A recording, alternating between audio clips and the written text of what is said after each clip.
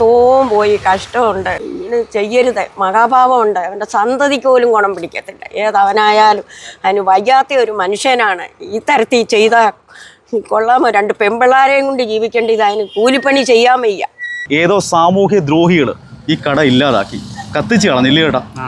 ഇനി എങ്ങനെ ജീവിക്കുമെന്ന് അറിയത്തില്ല. ഇവിടെ നമസ്കാരം. ഒരു സങ്കടമുള്ള വാർത്ത നിങ്ങളുമായി പങ്കുവയ്ക്കാനാണ് ഇവിടെ എത്തിയത്.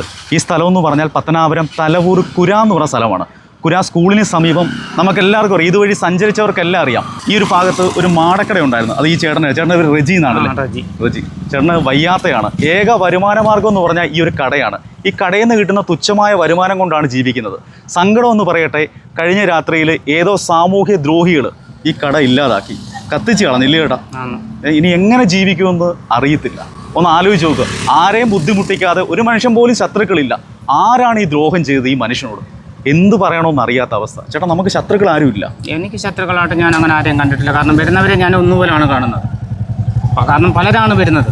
വാഹനത്തിൽ വരുന്നവരായാലും അല്ലാതെ ഈ നാട്ടിലുള്ളവരായാലും. എനിക്ക് തോന്നുന്നു ഈ ഒരു ഇരുണ്ടുമൂടിയ ഒരു പ്രദേശത്തെ ഏക ഒരു വെളിച്ചം എന്ന് പറഞ്ഞാൽ ചേട്ടൻ്റെ മാടക്കടയാണ്. അതാണ് ഈ കാലമാടന്മാരില്ലാതാക്കി. സത്യം പറഞ്ഞാൽ ഗതി പിടിക്കില്ല നീയൊന്നും കേട്ടോ. ആഴ്ച 1-2 പ്രാവശ്യം ആശുപത്രി സുഖമില്ലാത്ത ഒരു മനുഷ്യനെ ഞങ്ങളൊക്കെ കൂടെ വന്ന, മോനെ നീ ഒരു കച്ചവടമെങ്കിലും ചെയ്ത് ജീവിക്കെന്നും പറഞ്ഞ് ഞങ്ങളിവിടെ എല്ലാവരും കൂടെ കൂടി സഹായിച്ചതാണ് ഇത് ചെയ്താൽ കൊള്ളാമോ മനുഷ്യന്? മക്കളെ മൊത്തവും കത്തിപ്പോയി. പൊന്നുമോനെ, എനിക്ക് കഷ്ടമുണ്ട്. എങ്ങനെ ജീവിക്കും? അതുകൊണ്ട് എനിക്ക് പറയാനുള്ളവർ എല്ലാവരും കൂടെ കൂടി അതിന് ഇതോണൊരു കട വെച്ച് എവിടെങ്കിലും കൊടുക്കണം. അതിൻ്റെ ജീവിതം ഒറ്റണം. 2 കുഞ്ഞുങ്ങൾ, യാതൊരു ഗതിയില്ലാത്ത ഒരു കുഞ്ഞാണ്.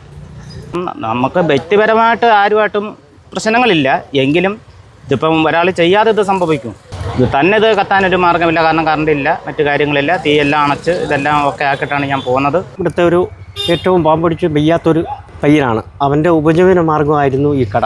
എല്ലാ പ്രാവശ്യവും, എല്ലാ ദിവസവും 1-2 പ്രാവശ്യം നമ്മൾ കാടിയും കേൾക്കുകയും എന്തു പറയുന്നു ചോദിച്ചിട്ടാണ് പോകുന്നത്. ആർക്കും ഒരു ശല്യമില്ല. അയാൾ ഒരു വികലാംഗനാണ് കണക്ക് പറഞ്ഞത്. അങ്ങനെയുള്ളൊരു പയ്യനാണ്. അവൻ്റെ ഉപജീവന മാർഗ്ഗം 2 പെൺപിള്ളേരാണ്. വേറെ ഒരു മാർഗ്ഗവും ഇല്ല.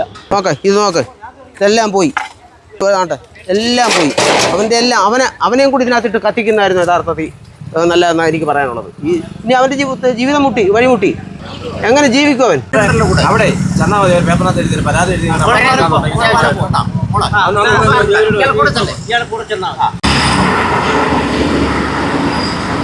പരാതി കൊടുത്തു കഴിഞ്ഞപ്പോഴത്തേക്ക് പോലീസുകാരെന്ന് അവർ തയ്യാറാക്കുന്നത്.